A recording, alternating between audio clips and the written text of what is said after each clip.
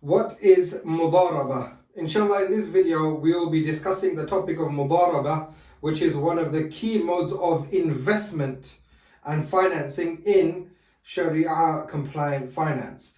So Mudarabah is actually a financing method or a method of investment which there are two parties involved, or there could be multiple parties involved on the financing side, and there would be a musharaka pool, but there's a third party who is the manager, who is the person who is going to be providing labor.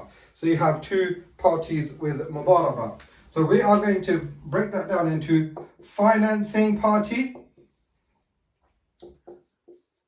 and we're going to break that down into labor, meaning who is going to be providing the labor. And it's really important that this distinction is going to be made, because there is a key difference between these two parties when it comes down to business activity. So with the financing party, they could come together. There could be one investor who comes and invests in a business. For example, let's say £50,000 they want to invest in a business. And then you have, or you can have two people. So one person, or you can have two people. You got two people now, yes? This way, who are going to invest maybe £25,000 each, to make up the 50,000, 50k. Now, what does that mean? That means that in this scenario is that these two people have a musharaka agreement between them. So they have a musharaka between them, yes? But the business investment can be mudarabah as well. So we're going to draw a little shop in the middle to say that this is the shop that they're investing in. Okay? And there's a sign on the top. So this is the shop. Now, when the investment goes into this shop, they're going to be making a mudarabah investment. Mudarabah investment. And why is that? It's because this person over here, the person who's going to be providing labor, isn't putting any money in at all. They're not putting any money in at all. So £0 or $0 are going in from this person's side. If this is the basis that you have the financing party, whether it's one person who is the key financer themselves or two people who are the financiers, it doesn't matter, because this is a mudarabah al-awwal and this is musharaka based mudarabah fund. So it's combining mudarabah and musharaka. And that's why if you don't understand musharaka, check out the other video on the channel which talks specifically about musharaka and how that works. So now that they've invested this £50,000, these people are now silent partners. They will not be doing any managing of this particular shop here. There's none of the managing of this business. And that's why they are silent partners. With musharaka, there could be some people who are involved who do work in the business. Now, that doesn't mean to say that if a person wants to come and they want to do something, they'll be paid a separate wage on that. A separate wage from the financing party. The reason why the person who provides labor, they are not due any wage. So they're not allowed to take no salary. So no salary is due to this person who provides the labor. By the way, this person is called the Rabbul Mal. I'll write in English. Rabbul Mal. And this person is called the Mudarib. So the person who provides the labor. So the Rabbul Mal, obviously the one who is the owner of the wealth, and the Mudarib, the one who's going to provide the labor, that's the name of them. Now there's no salary due. So how does anyone get paid in this agreement? Firstly, whoever puts up the financing, they are 100% owner of all of the assets. Okay? So these Rabbul Mal are 100% owners. So they own 100% owners. So normally what will happen is that this shop, a limited company or corporation will be set up, and then that shop will be running under that trading entity, and the financiers will be 100% shareholders of that business. What they could do is that they could appoint this person who is the provider of labor, the mudarib, to be the director of the business, even though that director has not put any money in. But this person will be providing the labor. Now, a contract agreement will be drawn up in advance that For example, and any percentage, there's no set percentage. Remember, in Musharaka, the difference is that your percentage of ownership is according to the amount of investment that you put in. Now, investment of ownership and the proportion of your dividends, or the proportion of your compensation, the proportion of your compensation or your remuneration will be based on the amount that you put in. Here, a contract will be drawn up. So now we have a contract that is between these two parties, and that's why I'm going to put it here. The contract will be, for example, and it doesn't have to be this, but it's commonly this, that 50-50 will go, because the financing party is putting the money, but they're not doing any labor. The person, the mudarib, is providing all of the labor, so they will split the profits 50-50, meaning 50% each. Okay? Now, this is important because this person isn't due any salary at all. This person isn't due any salary at all. They will go and they will do business activity, or this person will provide the business activity, the labor, whether it's selling something, whether it's providing a service, or it's product-based business or service-based business, it does not matter. But whatever profits that business will generate, it's split 50-50 between the two parties. So split 50-50. So let's say, for example, that this business makes, in the first year, so 50k investment. So let's say, for example, it made 50k in the first year. So £50,000, of that 25,000 will go to the person who provided labor, and 25,000 will go back to the person who has financed the deal.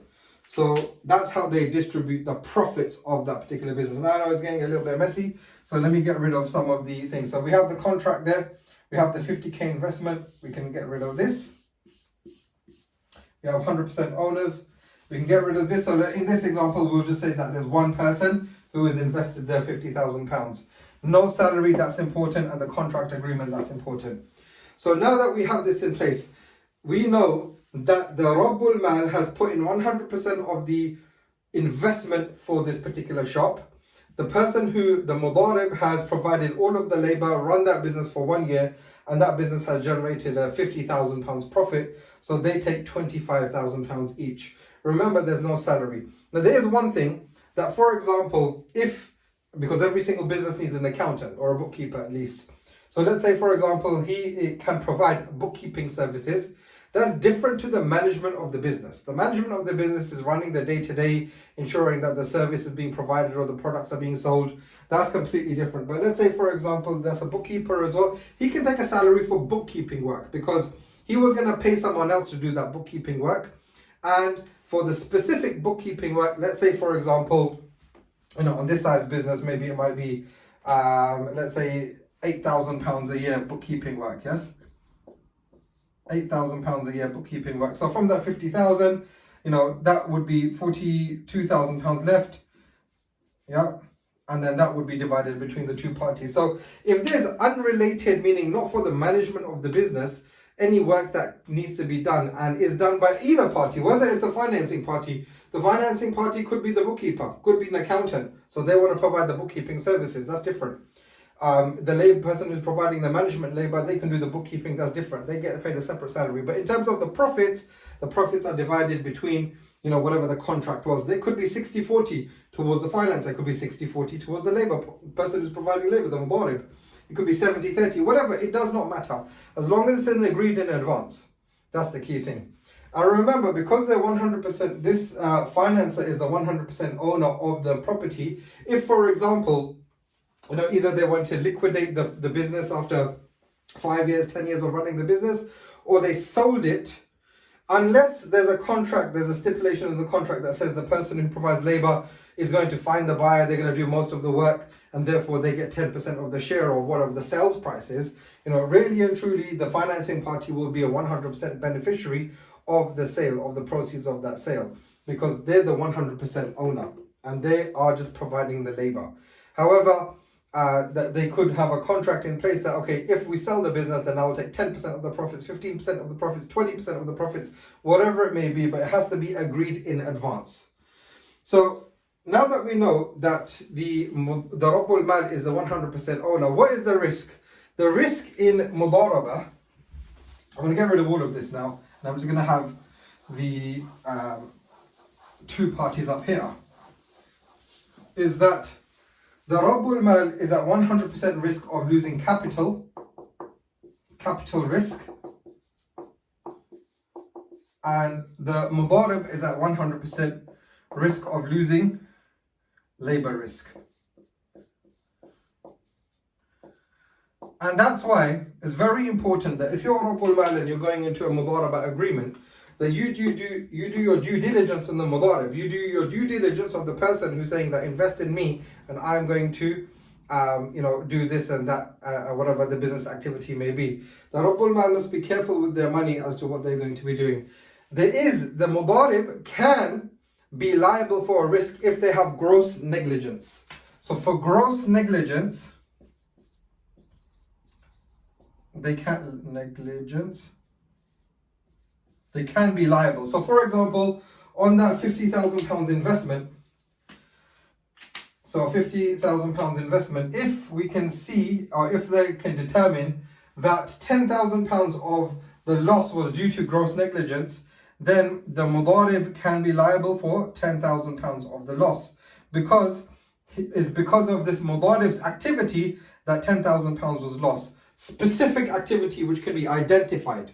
So that's really important. And then the Rabbul Mal's loss is minimized to £40,000 in that sense. So the risk is there for capital loss and the risk is there for labor loss, unless it's gross negligence, and therefore the mudarib will be also liable for a certain amount of that. So I hope that helps you in understanding the concept of mudarabah. There is restricted and unrestricted mudarabah. In fact, let's talk about that now. So you have restricted mudarabah and unrestricted mudarabah. So the Rabbul Mal in unrestricted mudarabah could say to the mudarib, I'm giving you £50,000 and you can do whatever you want. So unrestricted.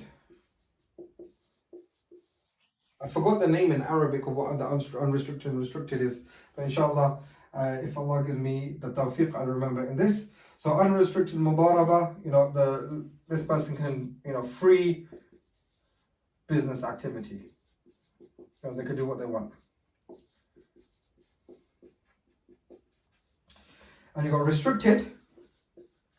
For example, the Rabbul Mal can say to the mudarib that, you know what, we are only going to spend this money on X, Y, and Z.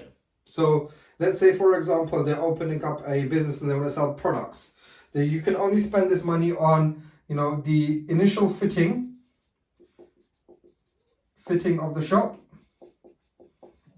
and stock to purchase. Yeah. So now they're restricting the activity that this money can only be spent on the fitting of the shop and the stock. So that's something that the mudarib, the Rabbul Mal can say, you know what, I don't want to give you unrestricted access to the funds and to do whatever you like. And of course, when we say do whatever you like, that means that in the business activity, right?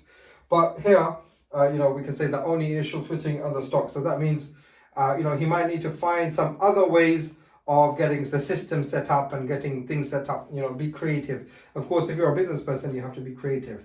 Now, Sharia Finance's fund is going to be based on the mudarabah level, that when we raise finance from capital from investors, we are going to buy businesses, and the Sharia finance will be the mudarib and the investors, including whoever is going to be investing, whether it's one person or it's multiple people to buy that business, they're going to be to the Rabbul Mal. So actually, the investors are going to be 100% owners of that business. So they can have the security and they can have the peace of mind that they have complete control over all of the assets of the business that is being purchased. And only if profits are being driven, that's when Sharia finance can get access to some of those profits and reinvest it in other businesses, or maybe growth of that business, whichever way you want to look at it. We'll take a look at the particular business. Our focus initially is going to be healthcare, because as we know, healthcare is a recession, COVID-proof business. It's something which everyone needs. Everyone needs to ensure that they live a healthy life. Everyone needs that they need care. Everyone knows that they need to be looked after. So healthcare is one of those recession-proof industries, and there are so many deals available on the market, which is unbelievable, and off market as well. Through our contacts with accountants and lawyers and business owners in those industries, we have many contacts in, especially from Midlands down to the south. From Midlands down to the south, alhamdulillah, many contacts are available within the healthcare industry. If you're going into the north, and there is Actually, there is a lot of opportunity in the north. So if there's anyone who currently works in healthcare and they know business owners, or they have a network of people that they understand, they know in the north, so past sort of Birmingham and Coventry and those kind of Manchester and north, then definitely get in contact. Click the link in the description, inshallah. We can start a discussion as to whether we can work together and get some businesses for the Muslim investors or ethical investors who want to invest and become business owners without having to run a business. Remember, with this opportunity of existing businesses, there is so much opportunity. There are hundreds of people, thousands of people who want to retire from their businesses, but they can't because they don't have a clear successor in mind. And we can be that clear successor for them, especially in the healthcare market, inshallah. So I hope this video makes you understand about what mudarabah is, gives you an understanding of what mudarabah is, who the Rabbul Mal is, who the mudarib is. There is something called mudarabah al-awwal and mudarabah al-thani. We don't need to worry about that. We have unrestricted and restricted mudarabah. And it is the ultimate Sharia-based, not Sharia compliant, it's a Sharia-based investment vehicle which is used in Islamic financing.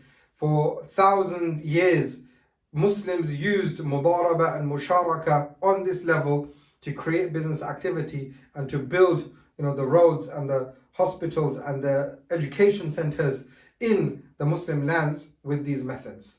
Assalamu alaikum wa rahmatullahi wa barakatuh.